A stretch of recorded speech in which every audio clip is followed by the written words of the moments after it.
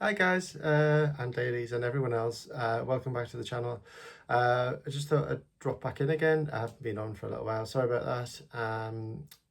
Christmas period and all that, and the weather's been awful, so haven't been feeling as inspired to record something. But here we are. I thought I'd just do a little bit more of a casual one today. Although it seems like the tech gods have got other ideas, and this is now my second attempt at recording this because the last version on my Mac decided to crash partway through the recording and I've lost everything. So, hurrah! Today I thought I'd talk about CDs as another way of getting offline more. I've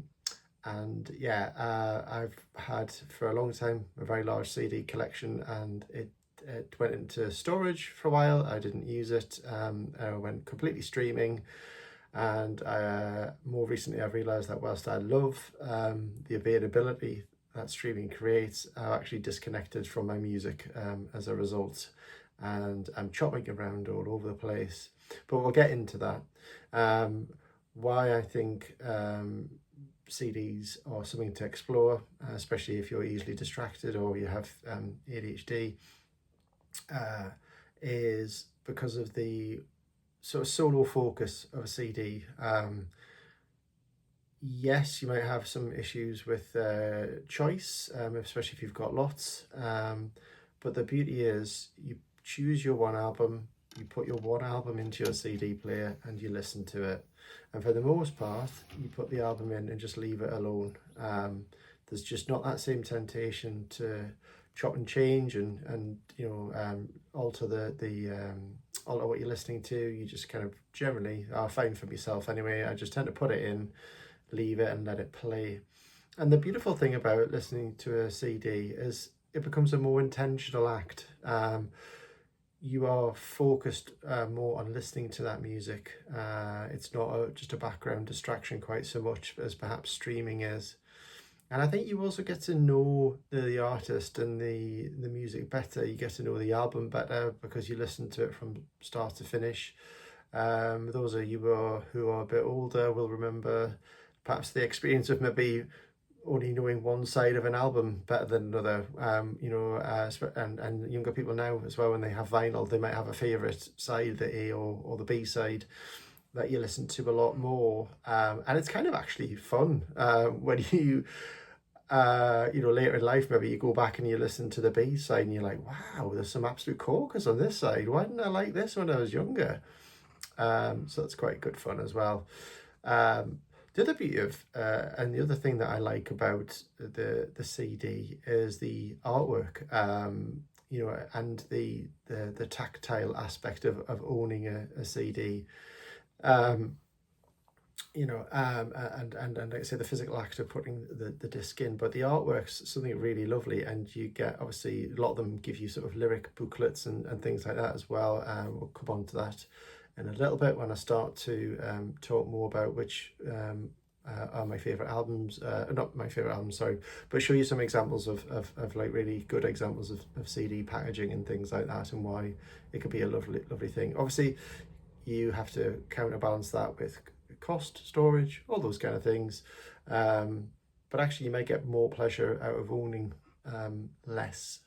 Where you own nothing, don't you? Basically, when you're streaming, you don't own any of it. That's something that I mentioned the original recording as well. Is that if you own a CD, it can't be changed. People are starting to notice that sometimes when artists and albums release a remaster of an album, the original copy of it disappears.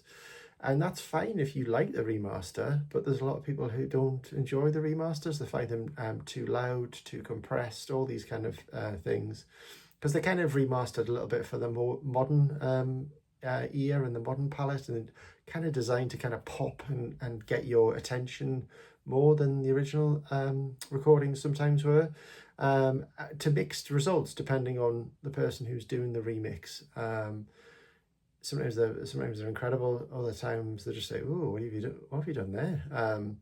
Don't like that at all. So yeah, so there's that. So you get to keep the original recording, unlike when you are streaming.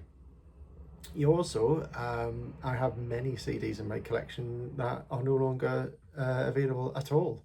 You can't stream them anywhere and things like that. So they become kind of a bit more collectible and rare, and it kind of feels a bit more personal. Then it's like I own this, and nobody else. Well, not nobody else, but very few people do because they can't get a hold of it anymore. So there's that aspect of it as well. So those are some kind of thoughts and ideas around why I think CDs and vinyl are great. It's lovely to see a resurgence of both of them. Overall, they're probably dropping in market share a little bit, but they've definitely seen a resurgence. And if any of you are near a local record store or CD store, pop into one. You'd be surprised how many people can be in there, and how vibrant the scene is. And I went to a local HMV, which is a popular sort of entertainment store. It sells Blu-rays, 4K Blu-rays, books, DVDs, CDs, vinyl in the UK. And genuinely surprised by the age demographic of people in there who were buying vinyl and CDs were a lot of younger kids, actually. So it's starting to, I say kids, they were adults. I'm just getting really old now. Kind of really getting back into that sort of thing and getting a bit sick of not owning anything and nothing belonging to them. So, yeah. So we're seeing a kind of a pick back up again. So I thought in this one, I just wanted to do something for myself, really, I think a little bit this time, just to maybe share a little bit of kind of my CD collection, a bit of a trip down memory lane a little bit. So if you're interested in that, stick around. If not, see you later. But do check out the idea of CDs and vinyl and just experiment with it. It's worth listening to, worth exploring. It often sounds better than what you get on streaming as well. So yeah, so we'll just get into things a little bit. I thought the first one I would share would be the very first CD that I ever bought, which was this one, which is Prince's Love Symbol album. I bought it when I got my very first home hi-fi system. Before that, I had a kind of like what used to be called a ghetto blaster type thing, which it didn't sound too bad. It had 2 tape decks on it and a CD player on the top. But when I got my first sort of proper hi-fi system, I got something from a company called Goodman's, which I was amazed to discover I think still exists. My mum actually got a microwave made by Goodman's recently, so any of you who are old enough to remember Goodman's, I believe they're still around. So my Goodman's hi-fi, so that had a double tape deck, a CD player, a radio and a vinyl, all in one, and 2 proper separate speakers, which I could move about for better stereo placement, because there was no such thing as sort of surround sound when it came to music and stuff back in those days. So the Prince Symbol album was the first one that I bought, and oh my word, I could still kind of feel it now. It was just amazing putting that on, like the clarity of the music, and it's such a well recorded album as well. There's a lot going on in the recording, and a good system will really bring that out. I'm not saying the Goodman's was a good system necessarily, but since moving on and getting a better system as I got older, I can really hear that now. But at the time, it just absolutely blew me away. I listened to this album over and over and over again, and I knew it like the back of my hand. That's the CD pattern inside. Yes, and the spindles have survived. These little plastic things here, they often used to crack off and be really annoying, and sometimes that would mean that the CD won't grip properly and wobble about and make you a bit anxious that they were going to scratch as they came out. But that one survived despite heavy usage. The other nice thing that you get inside, obviously, a lot of CDs is you get sort of, original artwork and things like that, which you're not going to get on streaming. You'll only get one thing and that'll be it. you also get all the lyrics inside as well, which I absolutely loved. And you know, I kind of got to know these lyrics really well, listening to the album over and over, and I would just sit with the lyric booklet and read them all. And I'm just looking at that, so there's got some backward writing there. Rose is the colour of my queen, but it's written backwards. And Prince had this very novel way of writing things, so he'd use a symbol for I, and a U and things like that. It's almost like he was doing emojis before emojis were really a thing. I suppose it's like playing off hieroglyphics a little bit, isn't it? So yeah, and I love the way that this one has it has the symbol actually embossed into the CD case. If I flip that open, you can see there.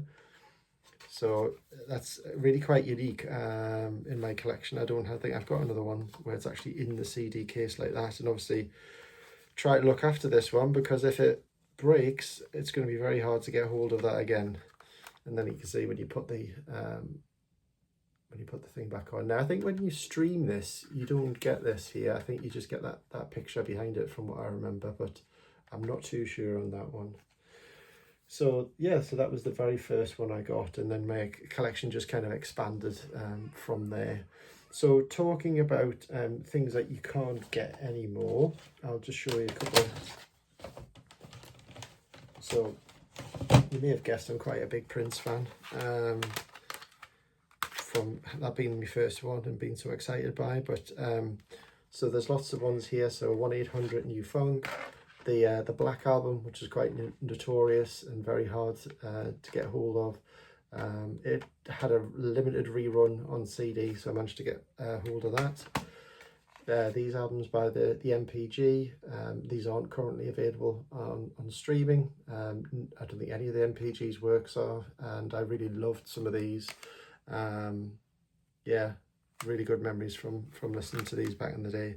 Return of the Bump Squad, one of my favourites, possibly one of the funkiest songs that Prince ever wrote, and you won't be able to listen to it on streaming because it doesn't exist. So yeah, and just looking through the artwork again there, and all the little, and sometimes there's things in there that aren't anything to do with it, you know, that aren't lyrics, but just like messages to the listener and stuff like that. So those are just a couple of little ones that are like limited edition sort of things. Well, they weren't limited edition when they came out, but they are kind of like more collectors sort of things now. You can't get hold of them.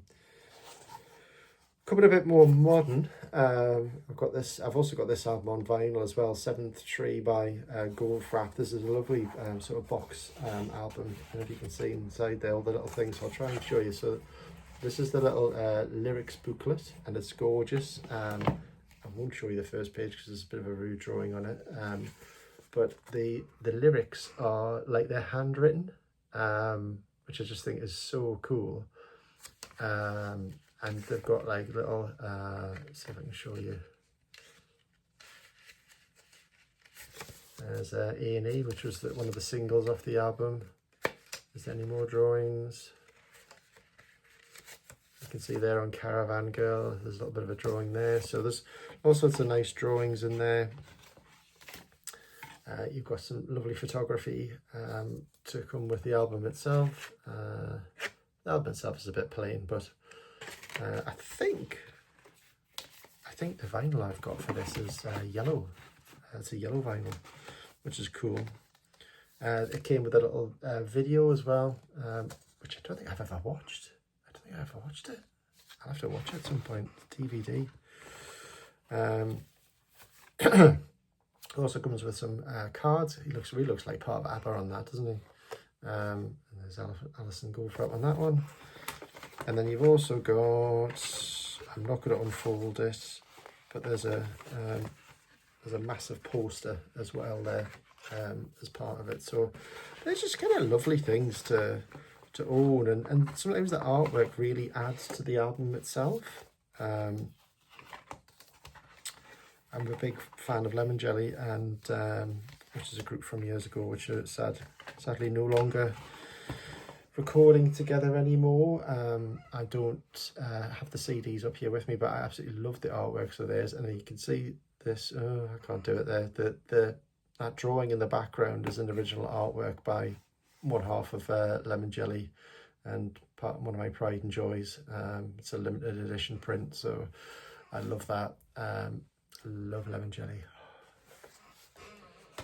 So yeah, another little example is Sigur Rós.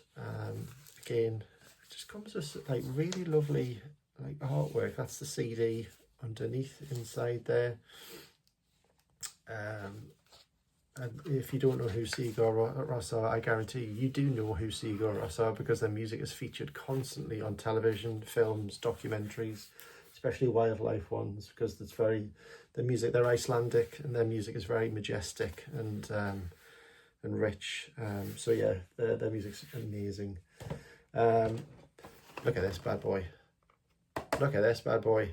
I got this Doors box set years ago, and I was beyond thrilled because there wasn't much Doors music released around that time. You could get hold of the original albums and the odd live one, but that was about it.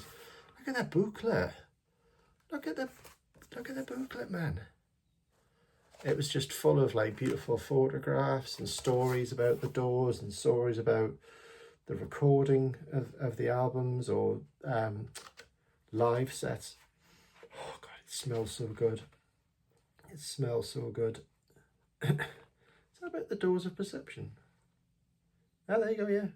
If the doors of perception were cleansed, everything would appear to man as it is in...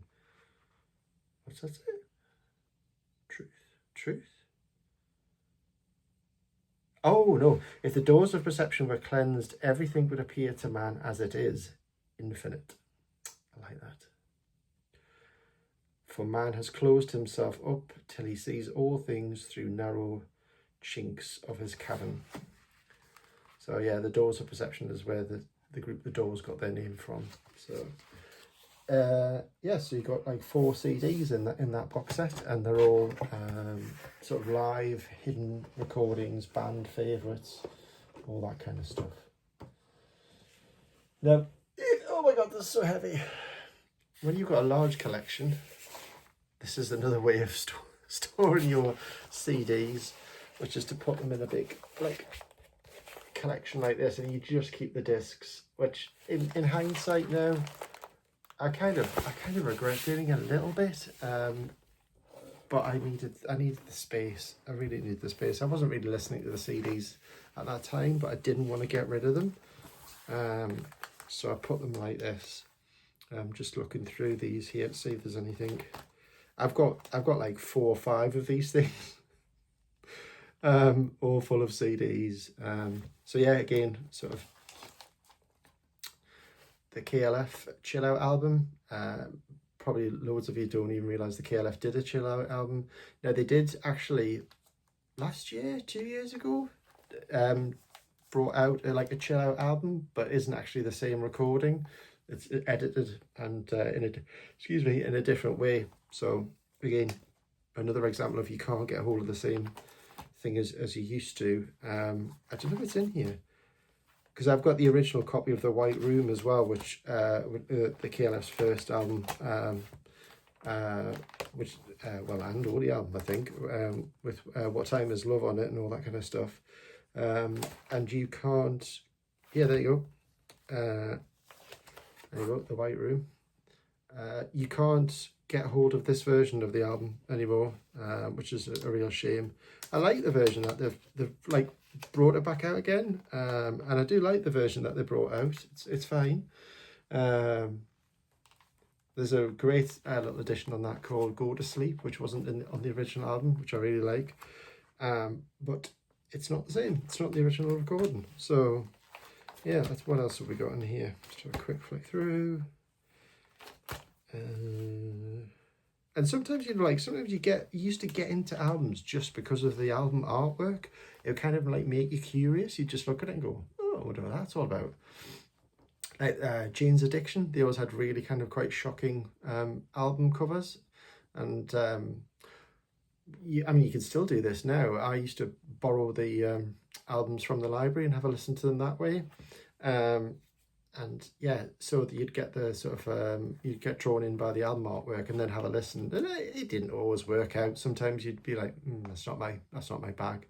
But it's surprising how often you would find something, and then that would set you off on a kind of a lifelong path of sort of discovering more music from that artist. And I don't I just don't find with streaming. Maybe it's Apple Music. I hear Spotify is better, but I just don't find I get to discover artists in the same way that I used to do, and then like get into their back catalogue. Probably don't have the time like I used to have when I was younger, I suppose. Yeah, so a little flick through, see what else, or see if there's any other points that bring. I mean, the fun one is when you get a CD, and the CD. Let's have a look if I've got an example. Yeah, and the CD has absolutely nothing written on it to give you a clue as to what you're listening to. So I have to put this in the CD player. I've got a feeling this may be a Massive Attack album, but I'm not 100% on that. And if you recognise it, then let me know in the comments. But I think it's a Massive Attack album, one of theirs. Yeah, how are you supposed to know what that is? It's just mental. So you did sometimes have issues like that where you just sort of pick up the CD and go, hang on a minute, which one's this? So having the case can be helpful. I've got like a number of PM Dawn albums. I don't know if anyone knows PM Dawn. They did a number of albums, and I think only one of them is available on streaming. Yeah, so I've got a couple of, like I say, I've got a couple of folders full like this. There's some more Goldfrapp. So yeah, I just thought I'd do just a quick little video about CDs, a little bit of a sort of, I don't know, walk down memory lane, a little bit about my CD collection. I probably somewhere in amongst all of this intercut a little bit of footage of my CD player, and I've also got, I actually, one of the things that prompted me to do it was I got a brand new album CD delivered through the post today from a group called All My Friends Are Synths. Not that familiar with them, to be honest. I just saw a YouTube video from the guy and thought, oh, I'll give that a listen, because he was talking about how hard it is to get albums made now, and as an artist to actually make any money off them. So I thought I'll buy a copy of his album and throw a little bit of support his way. So yeah, and like I say, if you really want your favorite artists to keep recording, CDs, vinyl is a good way to support them, a good way to own their stuff permanently. And the other, like, concerts are just not a viable option for lots of people now. They're just way too expensive. So yeah, it's just another way to show a little bit of love to your favorite artist. So that's all from me for this one. I don't know what much more I could say about CDs. Unfortunately, music is an interactive and a listening experience. I suppose that's the other thing, actually, isn't it? Like, it's nice putting a record or a CD on, just sitting and having it on with your friends as well, or letting them. Used to be a thing that when I used to go to friends' houses and things like that, I'd have a look through their CD collection and see what they're into. Same as I would look through their book collection, and that's something that's missing now. Like, if you go to people's homes now, everything's so stark and impersonal. Like, you can't get a sense sometimes of who somebody is. And I think, like, your record collection and your book collection and things like that used to give you little insights into somebody and kind of be like, oh, you're kind of one of my people, or like, oh, didn't expect you would listen to them, and it would spark a little bit of conversation and a bit of interest. So yeah, that's one aspect of owning physical media, like an intangible thing that isn't quite so obvious, as it's actually a way to spark connection and conversation as well. So there you go, guys. I'll leave it there for today. I've had just a pleasant little waffle and a wander down memory lane. I hope you enjoyed it. If you did, like, subscribe, do all the things, whatever. And I'll see you on the next one. Bye.